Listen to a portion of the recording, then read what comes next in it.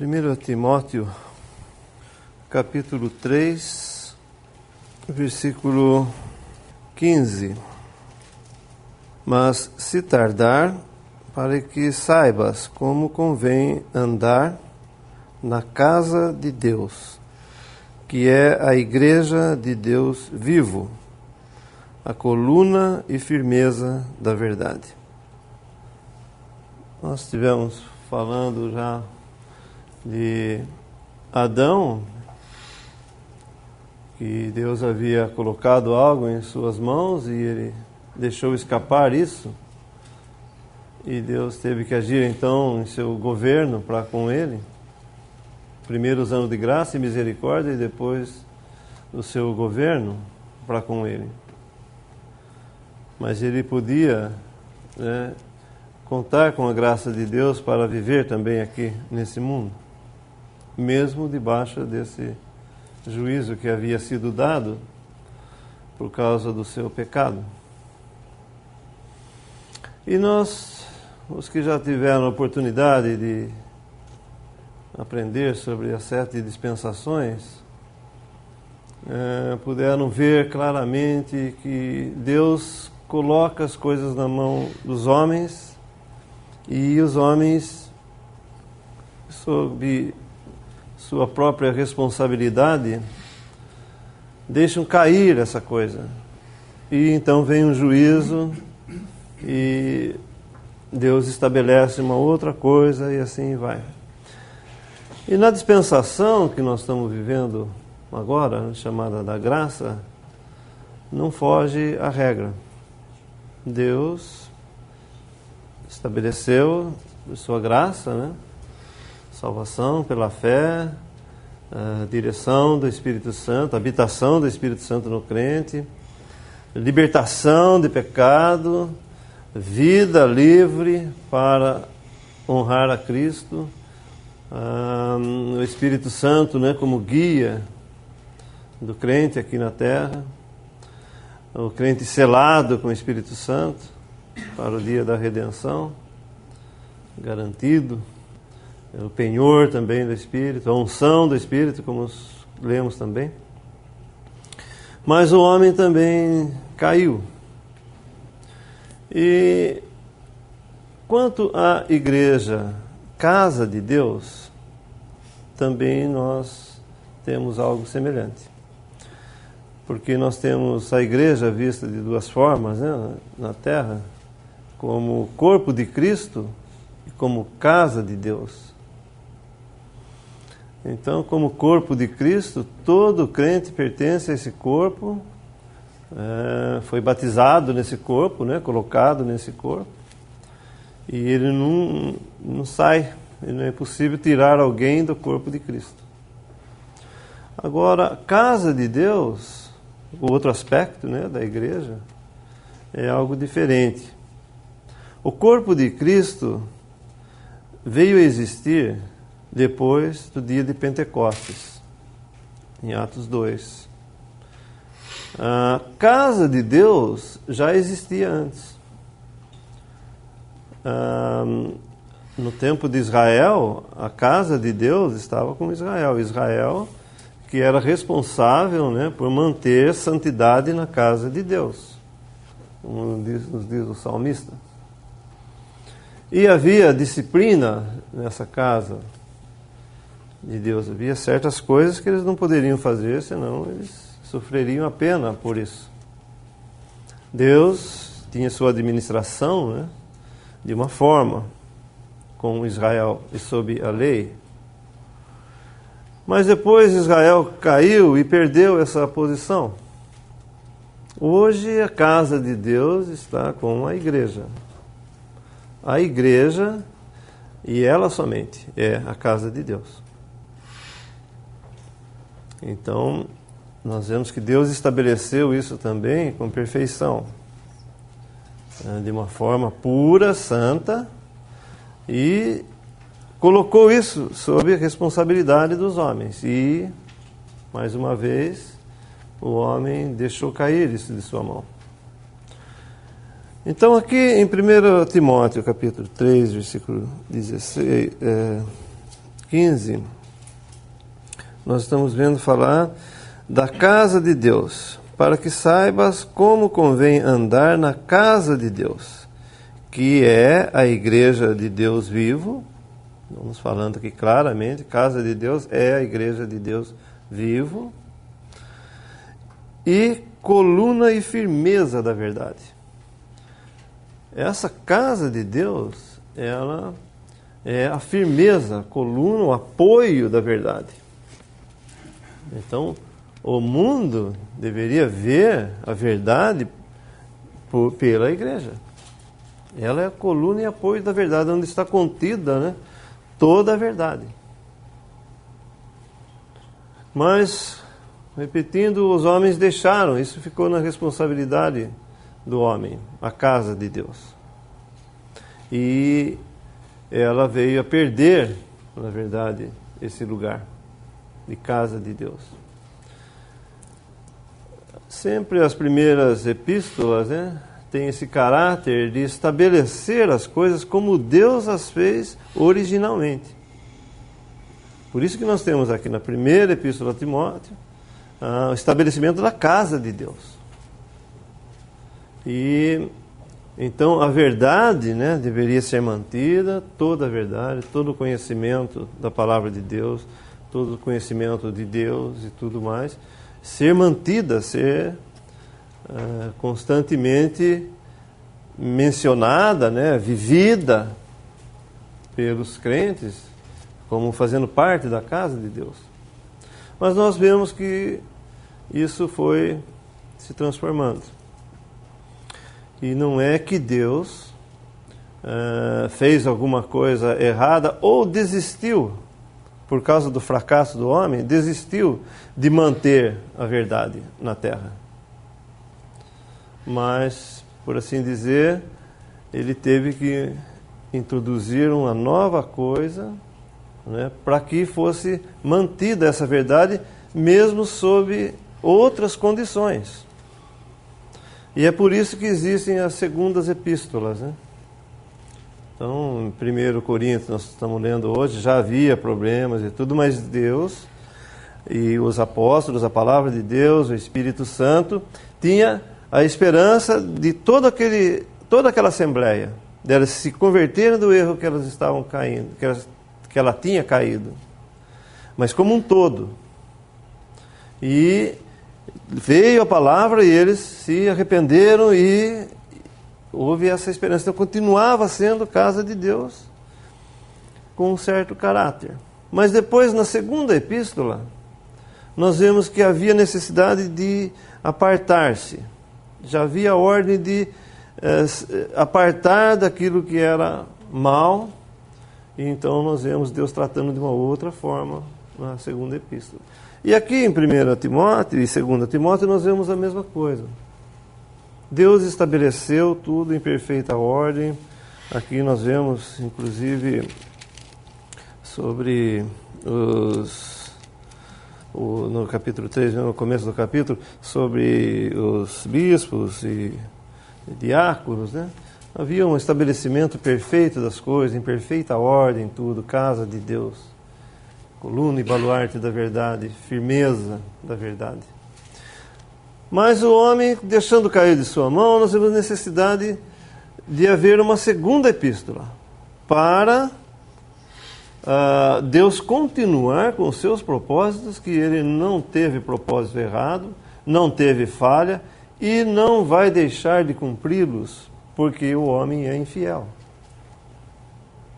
Então, se nós somos infiéis, Deus permanece fiel aos seus princípios, aos seus pensamentos. Ele vai fazer, embora tenha que deixar alguns de lado, mas ele vai cumprir, levantando outros para fazer isso.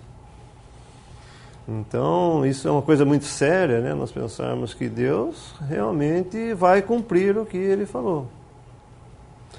E ele vai dar uma solução também para o problema que surgiu e que ele não pode, então, dar continuidade ao que ele tinha pensado da maneira como ele tinha estabelecido.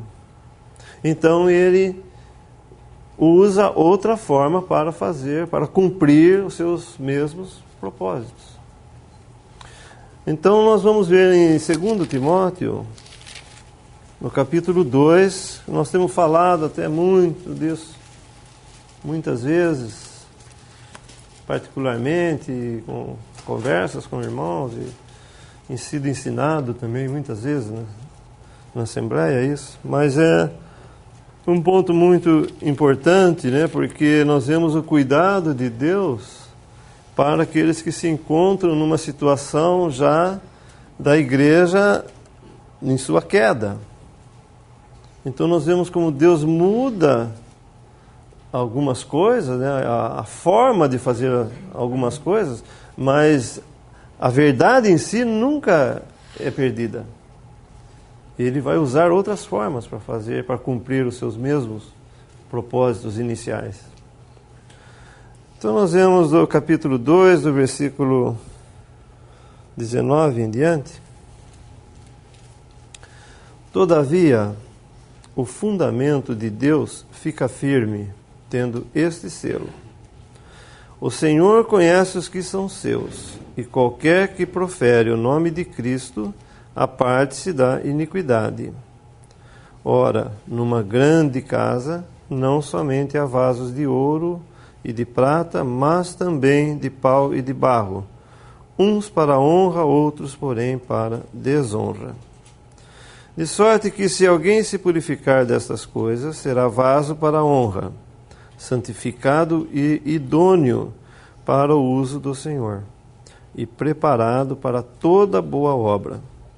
Foge também dos desejos da mocidade e segue a justiça, a fé, a caridade e a paz com os que, com o coração puro, invocam o Senhor. Até aí, tá bom. Nós vemos que todavia o fundamento de Deus fica firme, tendo este selo. Então o fundamento de Deus nunca vai ser abalado, ele fica firme. E ele tem esse ponto, esse selo. O Senhor conhece os que são seus. Esse é o ponto, né, que é peculiar, é somente dado a Deus. Ele conhece os que são seus. Não é matéria para nós, não é matéria para os homens, para os irmãos, enfim, os cristãos, não é saber quem é de Deus ou não. Nós não enxergamos isso realmente, quem é de Deus, porque não é da nossa incumbência isso. O Senhor é que conhece os que são dele. Ninguém pode me dizer, olha, você, peixe, você não é do Senhor. E eu não posso dizer a ninguém, mas você não é do Senhor. Porque quem conhece é Ele. Essa é uma coisa que Ele, vamos dizer assim, responsabilidade, né? Falo com reverência, responsabilidade dele. Ele conhece os que são seus. Essa é a primeira parte. Não cabe a nós. Mas a segunda parte, e qualquer que profere o nome de Cristo, aparte-se da iniquidade. Essa é a nossa parte na Assembleia. Qualquer que profere o nome de Cristo, aparte-se da iniquidade. Então, isso é uma coisa que é para nós, é responsabilidade nossa de ver se uma pessoa realmente pode estar na Assembleia. Pode estar na comunhão, no partir do pão. Porque ele fala que profere o nome de Cristo, qualquer que profere o nome de Cristo, aparte-se da iniquidade. Ele tem que estar realmente purificado, né? Lavado, limpo de toda iniquidade, de todo pecado. Então é uma parte que é a responsabilidade nossa, sim, de ver quem está apartado e quem não está. Daí ele fala dessa grande casa. O porquê disso? Lá em 1 Timóteo nós não vimos nada de responsabilidade, de apartar, de separar, de colocar fora, trazer para dentro. Lá é coluna e baluarte da verdade. A verdade, por assim dizer, fluindo, né, sem barreiras. Mas como o homem deixou cair de suas mãos, ela tornou-se, ao invés de uma casa, uma grande casa. E nessa grande casa, então, há coisas boas, coisas verdadeiras e coisas falsas. O Senhor conhece que são seus, no versículo 19, qualquer que profere o nome de Cristo é parte da iniquidade. Ora, numa grande casa não somente há vasos de ouro e de prata, mas também de pau e de barro, uns para honra, outros, porém, para desonra. Então, aqui nós vemos que essa casa, agora, tornou-se uma grande casa e que há coisas verdadeiras e coisas falsas. E não só coisas, não só doutrinas, não só ensinamentos verdadeiros ou falsos, mas pessoas verdadeiras e pessoas falsas.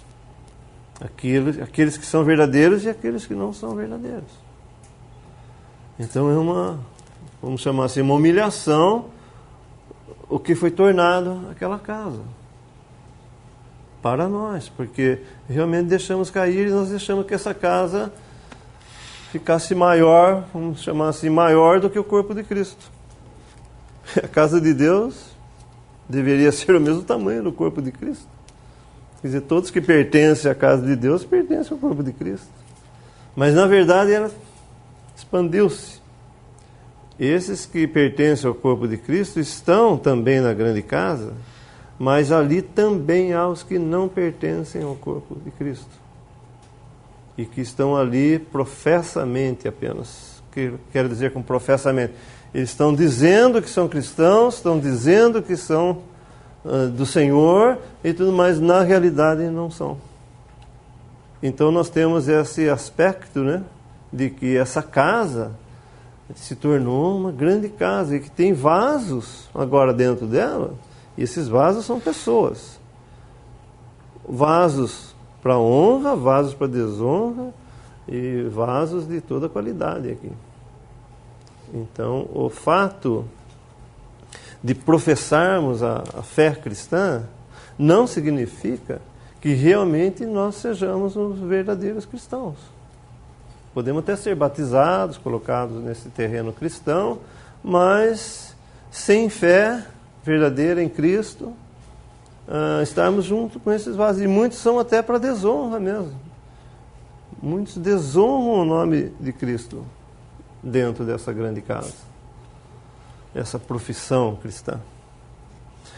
Então, o que Deus teve que mudar a forma de cumprir os seus propósitos. Os seus propósitos, repito, continuam, mas a forma de ele agir teve que ser mudada. E graças a Deus Ele nos dá então uma luz para podermos então andar nessa grande casa com a luz de Deus. Porque se não houvesse a segunda epístola, como que ia ficar? Nós não teríamos luz para andar nos nossos dias, onde há coisas verdadeiras, coisas falsas, está tudo junto.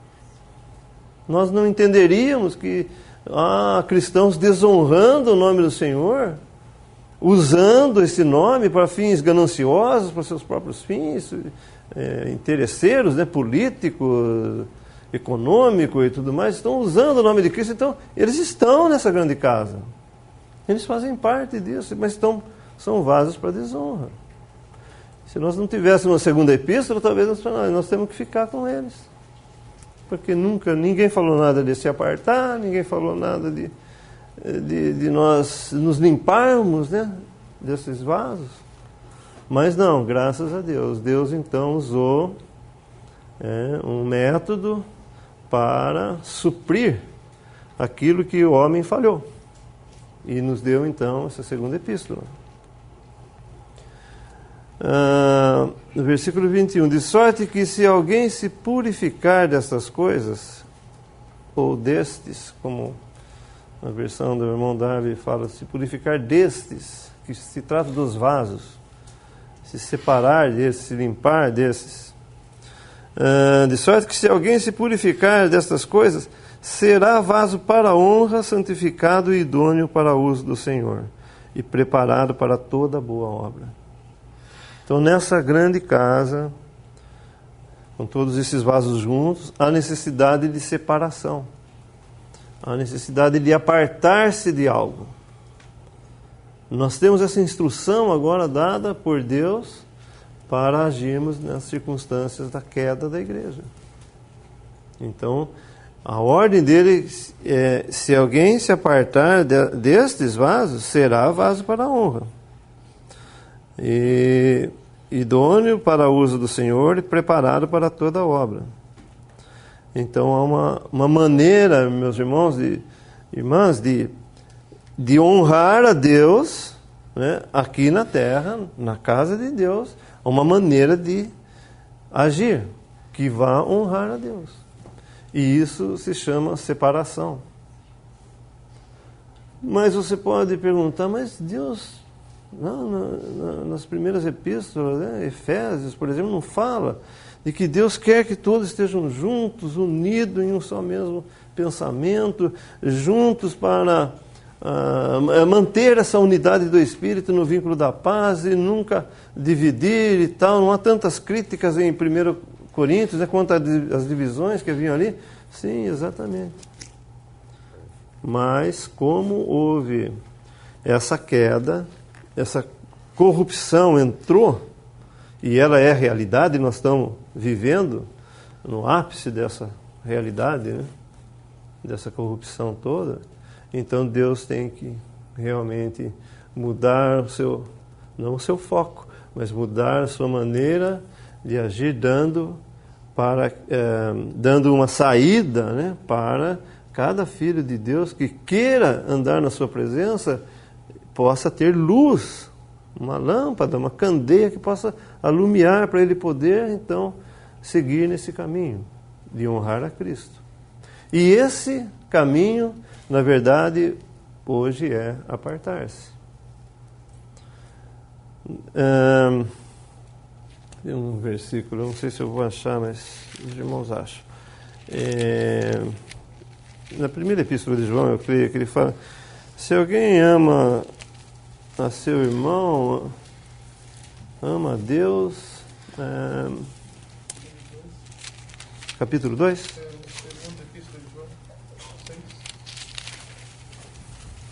Segunda epístola. Isso, muito obrigado, é esse mesmo. Capítulo 5 de 1 João, versículo 2. Nisto conhecemos que amamos os filhos de Deus, quando amamos a Deus e guardamos os seus mandamentos. O que significa isso? Que muitas vezes apartar de um irmão significa que eu amo o meu irmão, eu amo a Deus e eu guardo os seus mandamentos. Porque o mandamento que ele está falando para mim agora é aparte-se. Eu amo menos o meu irmão porque eu me apartei dele? Não, pelo contrário. É isso que está falando esse versículo. Eu amo o meu irmão, amo a Deus e eu obedeço a palavra de Deus, os seus mandamentos. Porque hoje, então, o mandamento de Deus para nós hoje realmente é apartar-se, é separar o precioso do vil, como nos fala no Antigo Testamento. Então, amar o meu irmão hoje, uma parte disso é eu me apartar dele. É por isso que Deus, então, deu essa maneira, né, de nós enxergarmos os seus mandamentos nos dias de hoje, e o seu mandamento no dia de hoje, inclusive, é fazer isso. Porque a ideia de muitos é que, não, isso não é amor, isso é divisão, isso é causar, formar uma outra seita, mas não é. Obedecer a Deus inclui isso nos dias de hoje. O que não incluiria, talvez, nos primeiros dias da igreja. E essa parte de apartar-se, porque não havia. Mas como o todo se corrompeu, não há mais esperança de que se recupere toda a igreja. As igrejas em Apocalipse, nós vemos muito claramente isso. As 4 primeiras há esperança de uma recuperação de toda a igreja. Mas as 3 últimas não. Porque chama-se o vencedor porque ele pode ouvir e sair do meio, mas não há mais a esperança de que todos se arrependam, todos voltem ao princípio, ou todos se arrependam do erro que cometeram. Então, por isso nós temos essa segunda epístola, né? E aqui em 2 Timóteo está nos falando de apartar-se desses vasos. Então, eu só li esse versículo para mostrar que não é falta de amor isso, apartar-se. Pelo contrário, amar os irmãos é obedecer a palavra de Deus. O que valeria amar, como nós falamos, uma união, amar nossos irmãos e todos vivemos juntos num lugar corrupto, que Deus julga, que Deus vai julgar isso, todo esse sistema corrupto, toda essa igreja professa, tudo isso que desonra o nome do Senhor. O que vale nós mantermos essa união? Uma união com uma coisa corrupta que Deus vai destruir? Em Apocalipse nós vemos isso. Laodiceia, o que adianta nós não estarmos juntos em Laodiceia? O Senhor está a ponto de vomitar da sua boca esse sistema que corrompe, que desonra o nome de Cristo. Será que Ele deixaria-nos juntos nesse meio? É isso que Ele quer? Não. Amar nossos irmãos nesse momento é separar-nos deles, é obedecer a palavra de Deus. E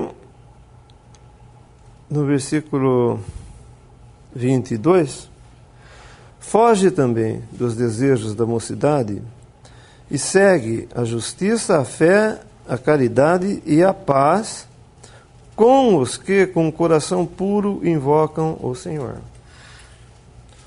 Então, aqui nós vemos...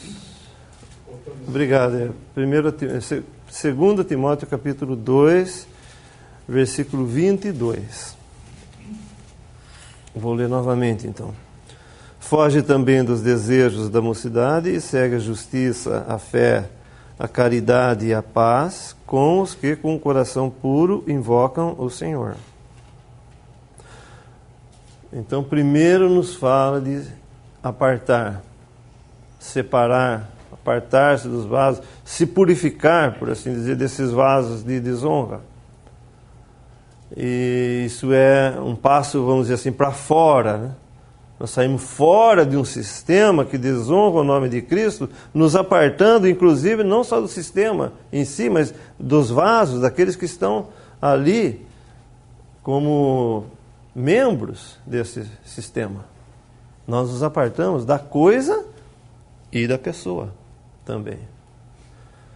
E porque eu digo isso porque muitos acham que, olha, tá bom, eu não concordo com esse sistema. Eu acho que está errado. Olha, eu acho absurdo o que está acontecendo ali dentro. Ali tem imoralidade, ali tem adultério, ali tem tanta coisa. Desonra o nome de Cristo. E eu odeio esse sistema, mas eu amo meus irmãos. Ama seus irmãos? O Senhor fala que quem ama os irmãos ama a Deus e guarda seus mandamentos. Amar seu irmão, a parte dele também. Por quê? Porque ele está contaminado com todo esse sistema. Ah, mas eu não penso assim, eu não faço... Não, você não é um adúltero mesmo. Você não pensa assim.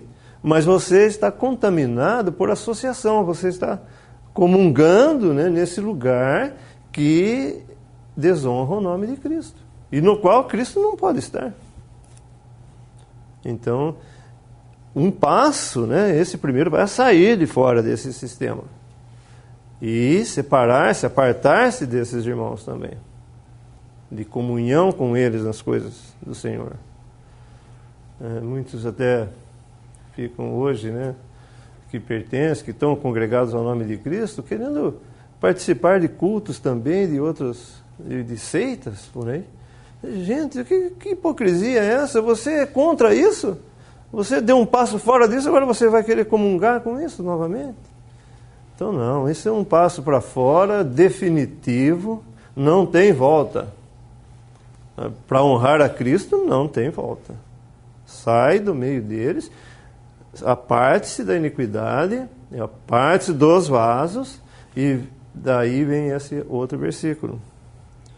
No final do versículo 22, segue a justiça, a fé, a caridade e a paz com os que com o coração puro invocam o Senhor. Isso fala daqueles que se apartaram desse sistema, aqueles que se apartaram desses vasos, que se purificaram, né? Se lavaram dessa contaminação e estão congregados à parte disso. E você deve então dar um passo para fora e depois dar um passo para dentro. Fora desse sistema, mas para dentro daqueles, com aqueles que com o coração puro invocam o nome do Senhor. Que se purificaram, que se lavaram dessas imundícias todas. Então, essa maneira Deus está agindo hoje. Ele está nos mostrando o caminho que nós devemos seguir nos dias de ruína.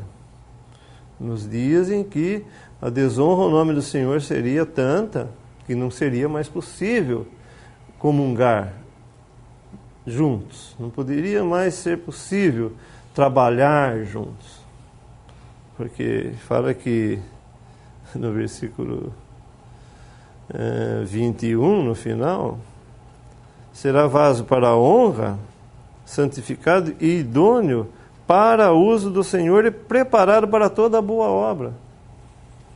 Mas como nós vamos fazer uma boa obra? Como nós vamos fazer um evangelismo, por exemplo?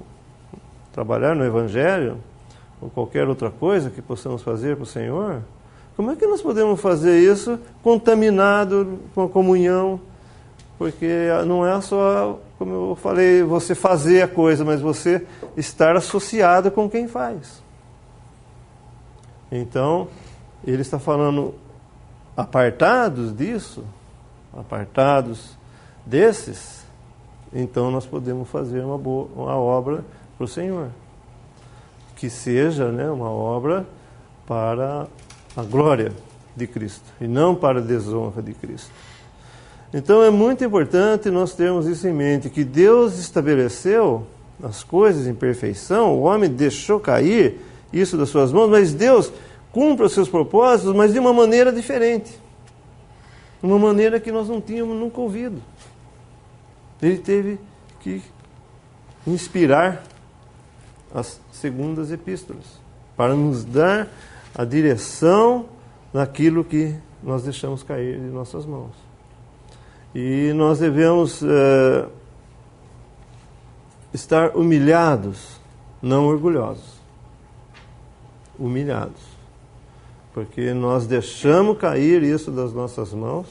O fato de nós sermos tão poucos, uma das coisas, né, um dos motivos disso, é que nós temos nos orgulhado disso.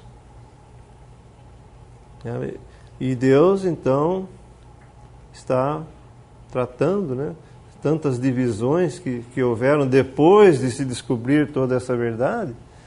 Quantas divisões houveram? Hoje nós falamos muito em denominações, né, irmãos? Nossas denominações, os evangélicos.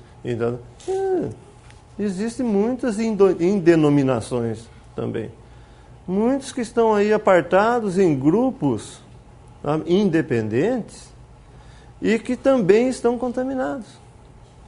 Talvez um grupo não faça o que o outro faz.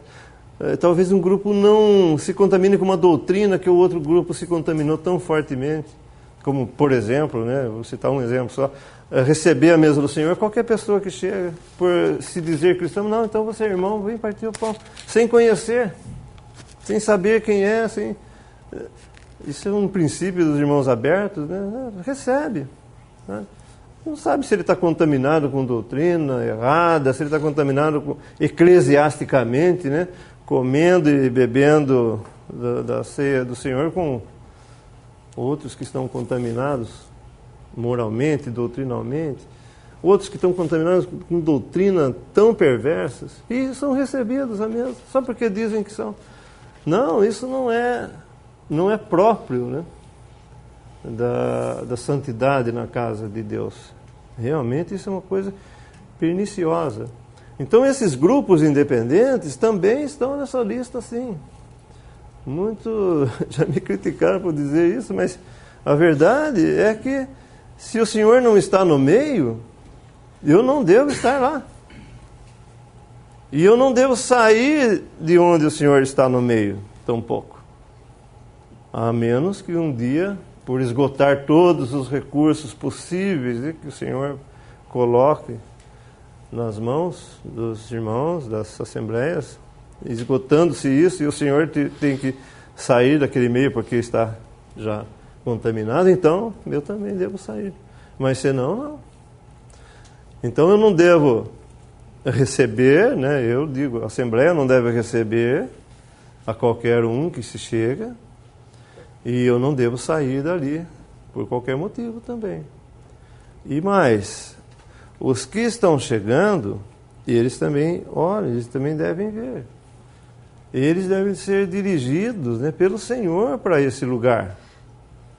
Nós não podemos dizer, olha, esse é o lugar. Não, nós podemos dizer, olha, busca o Senhor, veja pela sua palavra, o Espírito Santo habita em você, ele vai mostrar o lugar. Pela sua palavra ele vai mostrar. E esses devem procurar, isso é importante, devem procurar a origem desses grupos. Porque, como eu estou dizendo, nós não somos os únicos que nos reunimos sem denominação. Existem muitos grupos que saíram, inclusive, daqueles que se apartaram no início. E também deixaram cair nas suas mãos. Por isso que estou dizendo, nós estamos em humilhação, nós estamos humilhados com a situação. Não é nenhuma glória, não. Nós estamos humilhados, somos poucos, fracos, e nós estamos nesse lugar que nós cremos com toda a certeza, né, de que é o lugar que o Senhor está, mas não podemos dizer a ninguém. Cada um deve saber onde está esse lugar, perguntar onde está esse lugar, perguntar para o Senhor. E Ele vai indicar. Mas todos devem, praticamente, procurar saber a origem desse grupo que você pede comunhão. De onde veio isso? Como é que foi? Quais são as bases da Escritura para isso? Como é que eu vou saber que isso aqui é realmente, esse aqui é o lugar em que o Senhor está? Então todas essas coisas são de responsabilidades, né, individuais. Cada um deve procurar, deve perguntar ao Senhor, em sua comunhão com o Senhor, buscando, né, na palavra de Deus, onde está esse lugar. E por que eu estou agindo assim? Por que eu estou saindo de tal lugar? Se for por discórdia com seus irmãos, então não faça isso, porque você não vai encontrar irmãos melhores. Piores é bem possível, mas melhores. E então você realmente deve ter um motivo que a palavra de Deus te dê a razão de você deixar esse lugar. E isso eu digo para os nossos meninos também, os nossos jovens, que realmente você deve saber. Alguns não partem o pão ainda. Realmente, pergunte ao Senhor onde você deve fazer isso. Que comunhão que você quer entrar? Na comunhão que meu pai está. Não, mas isso não é. Isso não é motivo. Você deve perguntar para o Senhor, por que eu devo ir lá onde meu pai e minha mãe assistem e eu não vou numa denominação, em um outro culto, um outro grupo de crentes? E outra, por que também eu não posso reunir aí 2 ou 3 amigos meus, amiguinhos de escola, amigas de escola? Vamos reunir em nome do Senhor, o Senhor vai estar no meio. Não se trata disso. Não se engane, isso não é verdade. O Espírito Santo congrega 2 ou 3 para o nome de Cristo e ali o Senhor está no meio. Não são os homens que se congregaram por vontade própria e o Senhor então é obrigado, digo reverentemente, obrigado a estar ali porque eles se reuniram. Não. É uma coisa já pronta. É uma coisa que Cristo já estabeleceu. Existe esse lugar. Não é um lugar fictício.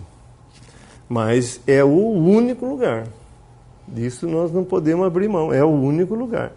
Se você não acha que há esse único lugar, então o Senhor, sua graça e misericórdia vai te mostrar um dia, mas há um lugar só. E é onde eu devo estar.